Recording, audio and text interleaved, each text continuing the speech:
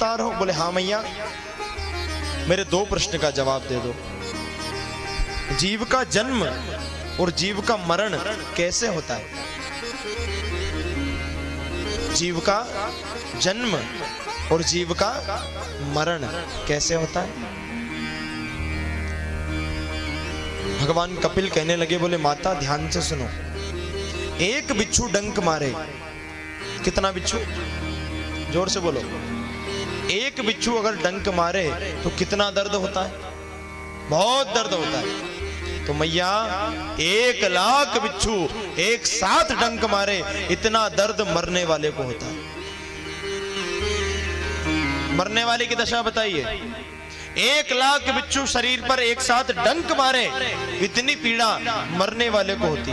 और मरते समय कोई ज्यादा तड़पने लगे तो समझ लेना कि इसको यमराज के दूत खींच के ले जा रहे हैं। और हंसते खुसते चला जाए, हंसते खेलते चला जाए, अरे कल तो अच्छे थे आज चले गए, समझना कि उसका दोबारा जन्म होने वाला नहीं। कई बार हम कहते हैं ना, अरे बिल्कुल दादाजी जैसा लग रहा है, दादाजी जैसी नकल कर रहा है। हाँ तो वो दादाजी है। मरते समय उनकी ममता घर में रह गई तो दादाजी बन के फिर बेटा बन के आ गए।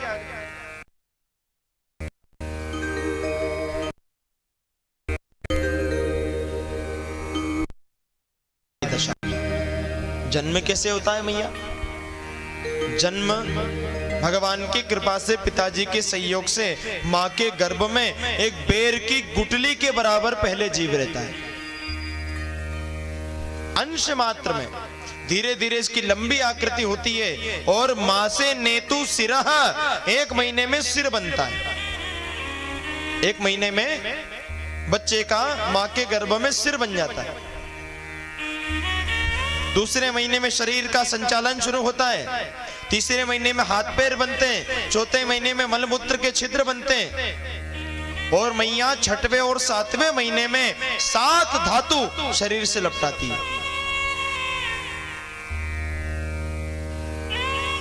8वें महीने में इसका शरीर कंप्लीट हो जाता है और 9वें महीने में इसको अपने पूर्व जन्म की याद आती है। मैं पूर्व जन्म में ऐसा था, मैंने ऐसा किया तो मुझे ये बनना पड़ा।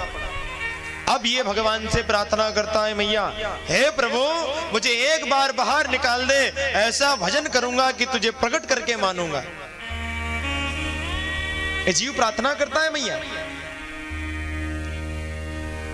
भगवान भी कहता है, तो हर बार यही बोल के निकल जाता है। वो बाहर जाकर के भजन करता नहीं है, माया में गुथा जाता है, उलझ जाता है। बोले नहीं, एक बार निकाल दो। अब भगवान को भी दया आ जाती है।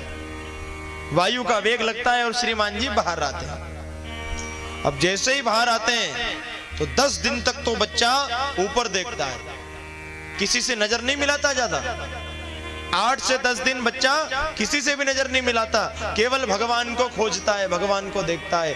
11वें दिन उसमें माया घुसती है अंदर, उसके अंदर माया प्रवेश करती है। अब उसका परिचय होता है, बेटा ये तुम्हारे दादाजी, बेटा ये तुम्हारे पिताजी, बेटा मैं तुम्हारी माँ हूँ, बेटा ये आपके भाई हैं, ये आपके काका, ये आपके चाचा, ये आपके दूर के चाचा। अब वो दूर के चाचा की भैंस भी मर जाए तो उसको दुख होता है। ये होती माया, ये पकड़ रही है। अब अंदर क्या बोल के आया था?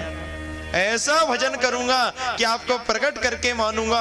अब ये श्रीमान जी बड़े हो गए और स्कूल पढ़ने जा रहे हैं। और स्कूल में क्या पढ़ रहे हैं? बोले डीओजी डॉग, डॉग माने कुत्ता, माने बिल्ली, घोड़ा गधा कुत्ता बिल्ली ऊंट पढ़ के बड़े हो गए। बड़े हो गए तो इनका विवाह हो गया। विवाह हुआ, मैया पत्नी आ गई, श्रीमती आ गई। थोड़े दिन बाद इनके बच्चे हो गए। उलझता गया, समय निकलता गया, वृद्ध हो गया। और वृद्ध होने के बाद एक दिन ऐसा आया, काल का बुलावा इसको आया और इसने अपने प्राणों को छोड़ा।